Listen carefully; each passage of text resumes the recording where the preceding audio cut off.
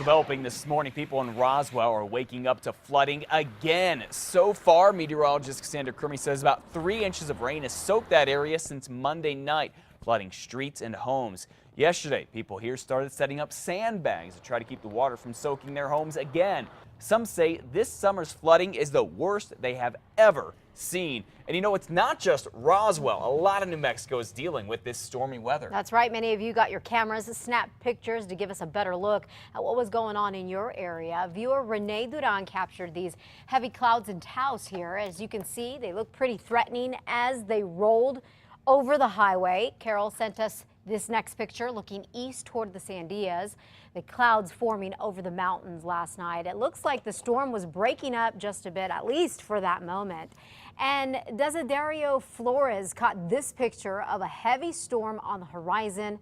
It's not exactly clear what part of New Mexico this was in, but pretty impressive images. We'd love to see more of your weather pictures and video. If you have it, please send it to us by going to krqe.com, our website, and clicking on Report It.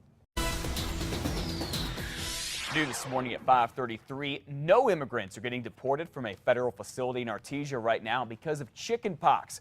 Congressman Steve Pierce says that the women and children being held at the Federal Law Enforcement Training Center are now getting treated and vaccinated. 2 people at the facility had to be isolated because of the chickenpox virus. Congressman Pierce says he is worried about the immigrants' health as the training center fills up. Also, the Eastern New Mexico Regional Medical Center in Roswell will now be used to treat all the immigrants instead of Artesia General Hospital. Meanwhile, in Washington, a bill to deal with the immigration crisis looks like it could be shot down. It's worth $3.5 billion. It's an emergency spending bill. It's designed to help deal with thousands of particularly children coming to the U.S. from Central America. It looks like the bill does not have enough support to pass, even after millions of dollars to fight wildfires and help Israel was attached to it. Legislators on both sides of the aisle are playing the blame game as to why that bill will probably fail. Well, the man who killed his girlfriend's 3-year-old son now knows how long he's going to spend in prison for it. Yeah, the family of little Leland Valdez pleaded with the judge to give 24-year-old Stephen Gallegos the maximum penalty.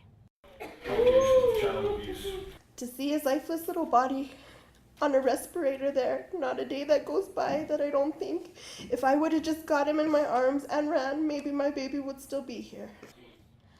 Gallegos and the boy's mother, Tabitha Van Holtz, first claimed Leland fell off of a chair in 2011, but the autopsy showed he had been beaten. Gallegos pleaded guilty last week. He was sentenced to 21 years in prison yesterday. Some family members felt that sentence was not enough. I don't find that this is justice. I understand the whole reasoning behind it, but with good time, he's looking at maybe 7 years in the pen. Tabitha Van Holtz also pleaded guilty to her son's death. She is expected to be sentenced later this year. Leland's father has filed a wrongful death lawsuit against the Santa Fe County Sheriff's Department. He says he reported evidence of abuse before the fatal beating, but the case went nowhere. The sheriff later admitted that mistakes were made. Well, a couple of people in Albuquerque still cannot believe what they found in their bed this week: a naked stranger. The couple was at home near Washington and Indian School Sunday. That's when police say Freddie Shelby broke in. I remember that when I saw him in the bed, and I was freaked out, but as soon as I saw his clothes, I felt disgusted, and I backed out thinking that I don't want him in my bed, my clothes, my bed sheets.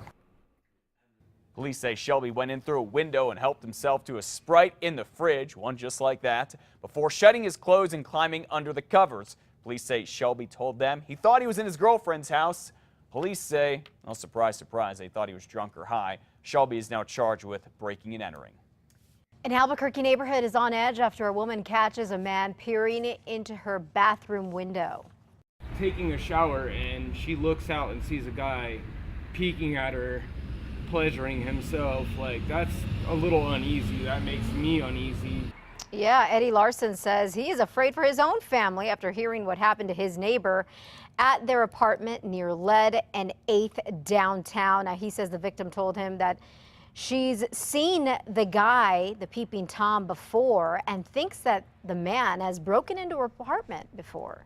I guess he was actually in her home Like, he came inside, like through this window, pried it open, and he was in there looking around through her stuff. APD responded to the apartments 2 weeks ago, but did not find any suspect. A new APS audit shows more than $350,000 worth of equipment has been stolen just in the last school year alone. The report released this week shows 2/3 of the stolen property from classrooms were computers. Many were pricey iMacs valued at $1,800 apiece. According to APS police and APD, almost half of those thefts were linked to a man named Timothy Pargas and two other burglars. APS says it's a major loss for the schools, taxpayers, and students. The district says starting this school year, it's coming up with a better inventory system, and they'll also be stepping up police patrols.